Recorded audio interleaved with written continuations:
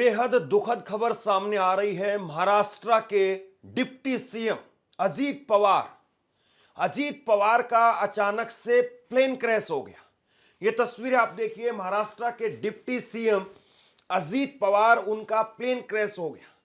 सुबह सुबह ये खबर निकल करके सामने आई, किसी को विश्वास तक नहीं हुआ कि आखिरकार ऐसा कैसे हो गया। और जैसे ही ये तस्वीरें निकल करके सामने आई, हर कोई बार बार इस चीज को चेक कर रहा है कि क्या वाकई ऐसा हो गया। अजीत पवार, महाराष्ट्र के कद्दावर नेता, डिप्टी सीएम, उनका विमान क्रैश हो गया। बारामती में लैंडिंग के दौरान यह हादसा हुआ है। बारामती उनका क्षेत्र है, उनका गढ़ है, उनका किला है, वहां पर उनका दबदबा है। लेकिन आप देखिए कि कहां जो है उनकी मौत हुई है। बारामती के अंदर विमान में 5 लोग सवार थे और 5 लोग वहां पर मारे गए। कद्दावर नेता, पूरे देश में इस वक्त में शोक की लहर है और पूरा देश गमगीन है। जैसे ही तस्वीरें निकल करके सामने आई, एक तरीके से आप ये कहिए कि पूरे देश में शोक की लहर दौड़ गई। अजीत पवार का पूरा परिवार वो इस वक्त में दिल्ली के अंदर है। अजीत पवार बारामती में जा रहे थे प्रचार के लिए और उस वक्त में ये हादसा हो गया और अचानक से प्लेन क्रैश हुआ और प्लेन में सवार सभी लोग मारे गए। 5 लोग वो मारे गए और हादसे के बाद में प्लेन के अंदर आग लग गई। दुर्घटना स्थल पर मलबा और आग की लपटें वहां पर दिखाई दी और शव भी जो है इसमें जलता हुआ नजर आ रहा है। और 66 साल के थे अजीत पवार। खबर यह है कि आज सुबह 8:45 पर बारामती में उनका प्लेन क्रैश हुआ और शुरुआती जानकारी के मुताबिक बारामती एयरपोर्ट पर लैंडिंग के दौरान यह हादसा हुआ है। प्लेन में अजीत पवार के साथ में उनके पर्सनल असिस्टेंट, सुरक्षाकर्मी और प्लेन स्टाफ सहित 5 लोग मौजूद थे। 5 लोगों की जान इसमें चली गई है। तो 66 साल के अजीत पवार, महाराष्ट्र के डिप्टी सीएम, सुबह 8:45 पर बारामती के अंदर उनका प्लेन क्रैश हो गया। बहुत दुखद खबर, बेहद दुखद खबर, और एक तरीके से पूरे देश को झकझोर करके रख दिया है। अजीत पवार, जिनके पास में सब कुछ चला गया था, पार्टी, पैसा, रुतबा, पद, सब कुछ उनको मिल गया था, लेकिन शायद कुछ और लिखा था उनकी जिंदगी में। और आज 66 साल की उम्र में, एक ऐसी उम्र जहां पर वो अभी आगे राजनीति में बहुत लंबा सफर वो तय करते, 6 बार के डिप्टी सीएम महाराष्ट्र के, और आज उनका निधन हो गया। अब तक जो जानकारी मिल रही है उसके हिसाब से पवार मुंबई से चार्टर्ड प्लेन से बारामती गए थे। वहां लैंडिंग के दौरान प्लेन रनवे पर फिसल गया। नागरिक उड्डयन महानिदेशालय डीजीसीए ने हादसे में 5 लोगों के मारे जाने की पुष्टि की है और थोड़ी देर पहले 6 लोगों के मारे जाने की खबर जो सामने आ रही थी, लेकिन अब डीजीसीए की तरफ से कहा गया है कि 5 लोग इसमें मारे गए हैं। अजीत पवार वो महाराष्ट्र के अंदर पंचायत चुनाव के लिए बारामती में 4 सभाओं को संबोधित करने के लिए गए हुए थे। शरद पवार, सुप्रिया सुले वो दिल्ली में है इस वक्त में, और हादसे की जानकारी मिलते ही पूरा परिवार बारामती के लिए निकल रहा है।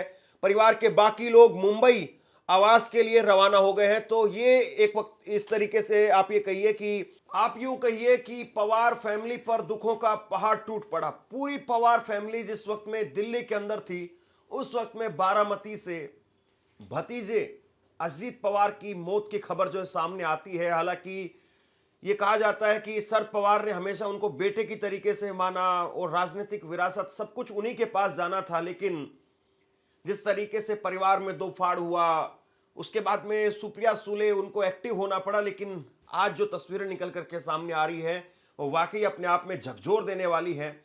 और देश के कई बड़े नेताओं का इसी तरीके से प्लेन क्रैश हादसे के अंदर निधन हुआ है। पिछले साल हमने देखा था गुजरात के पूर्व मुख्यमंत्री, उनका निधन हुआ। 12 जून उनकी फेवरेट डेट थी, उनकी लकी नंबर था, लेकिन 12 जून को ही उनका निधन हुआ था।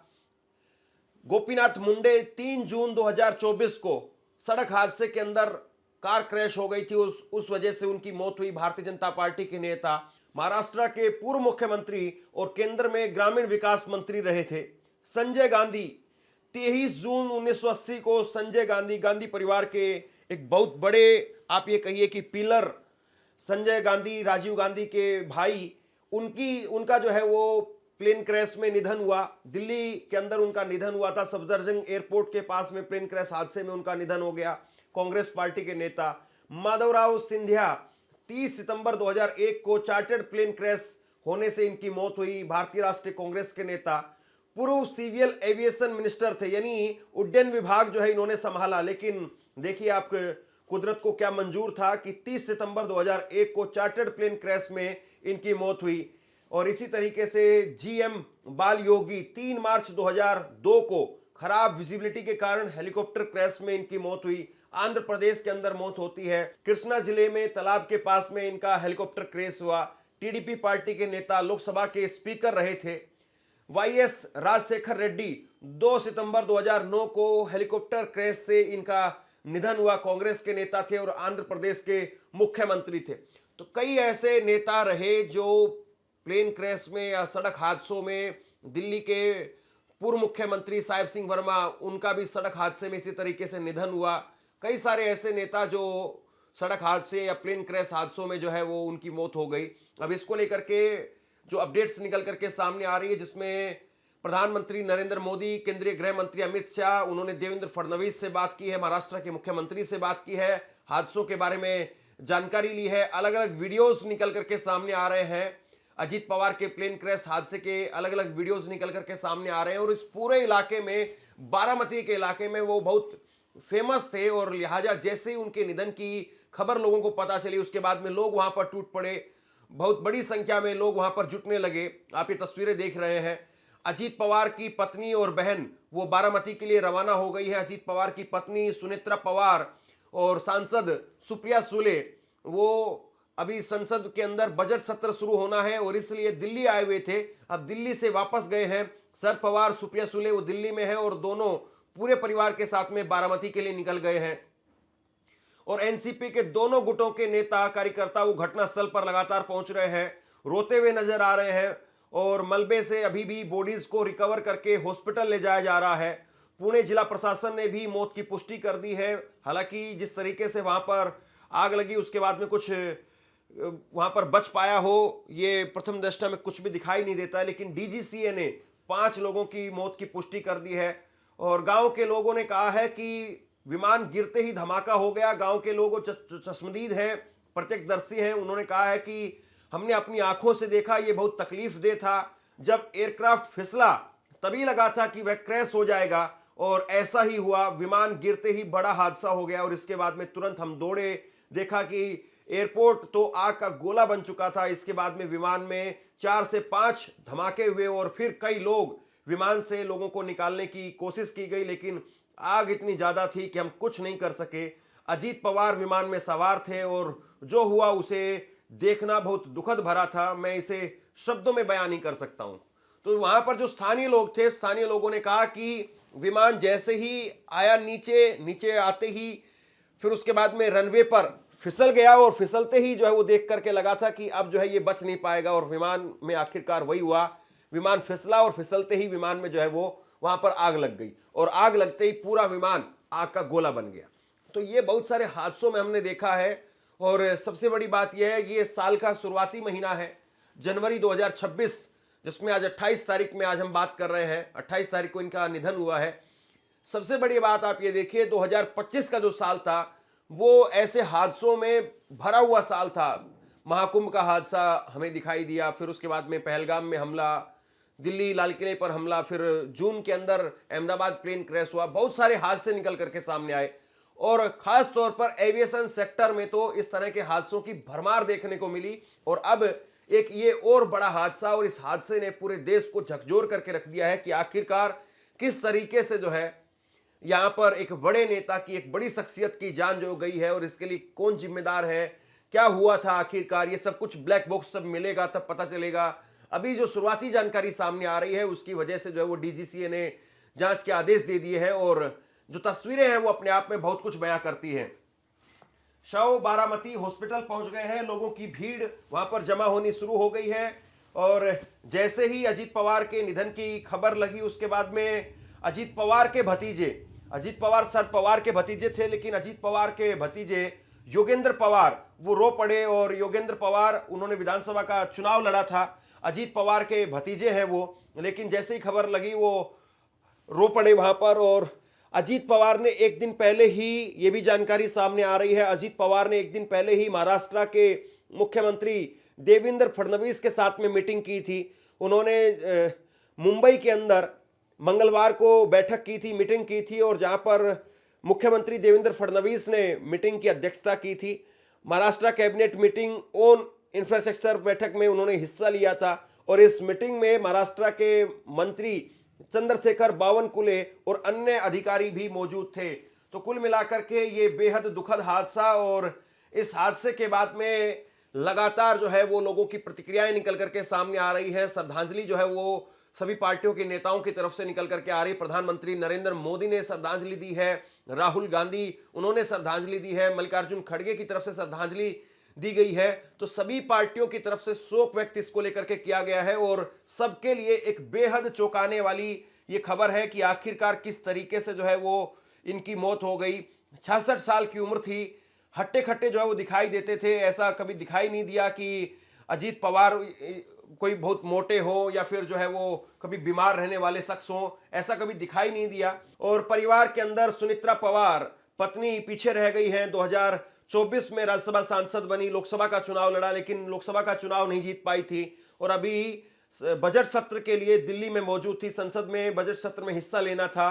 पार्थ पवार बेटा है, 2019 में मावल लोकसभा का चुनाव जो है इन्होंने लड़ा, और लेकिन चुनाव नहीं जीत पाए। जय पवार बेटा है, राजनीति के अंदर सक्रिय भूमिका नहीं है अभी फिलहाल।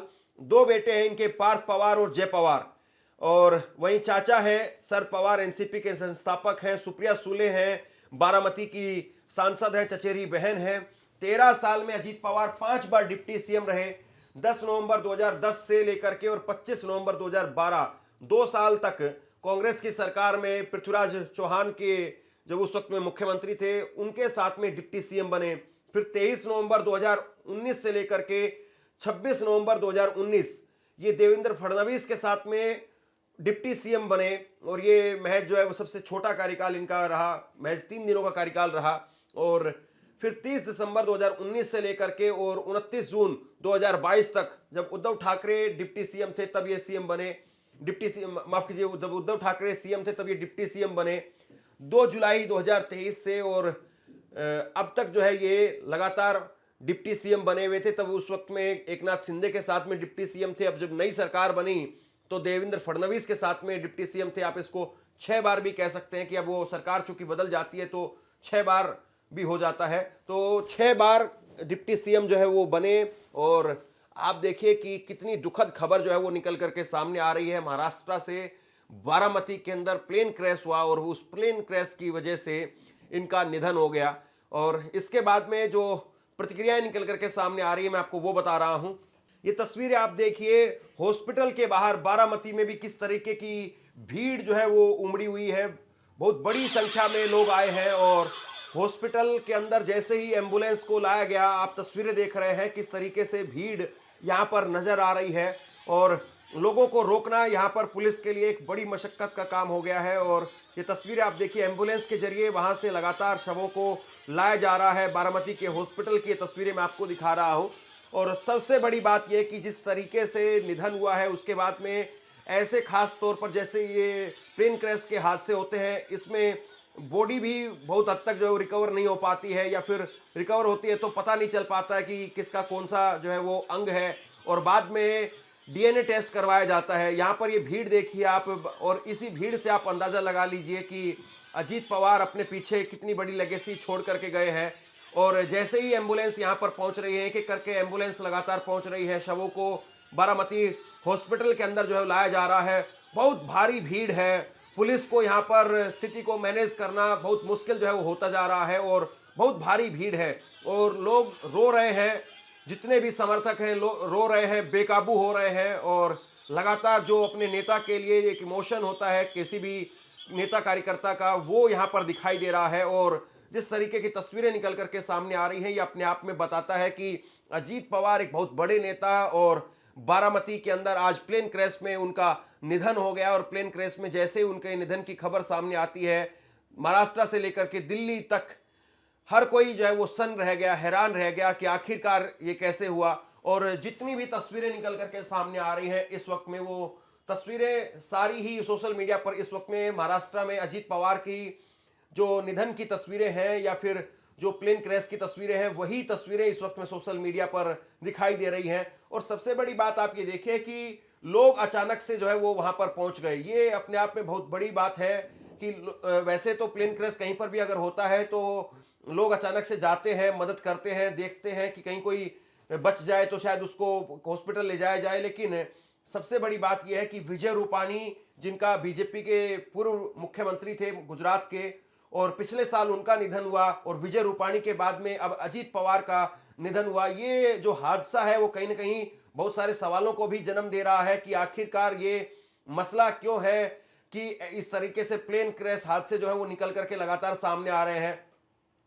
और अजीत पवार, आप ये कहिए कि एक बड़े नेता, कद्दावर नेता, लेकिन जिस तरीके से उनका यहाँ पर निधन हुआ है, एक बहुत बड़ी लेगेसी वो अपने पीछे छोड़ करके गए हैं। और निश्चित तौर पर परिवार के लिए भरपाई करना आसान नहीं होगा। महाराष्ट्र के अंदर जो तस्वीरें निकल करके सामने आ रही हैं वो बता रही हैं कि वाकई उन जैसा नेता जो है वो फिर से पवार परिवार के अंदर खड़ा हो पाएगा। क्योंकि एक तरीके से आप ये कहिए कि अजीत पवार के बाद में, माफ कीजिए, शरद पवार के बाद में अजीत पवार ही एक ऐसे बड़े नेता थे जो लोगों के अंदर रसूख रखते थे, पहचान रखते थे, और अलग होकर के, पार्टी से अलग होकर के भी उन्होंने जो है वो शरद पवार से अलग होकर के भी अपना दबदबा दिखाया विधानसभा चुनाव के अंदर।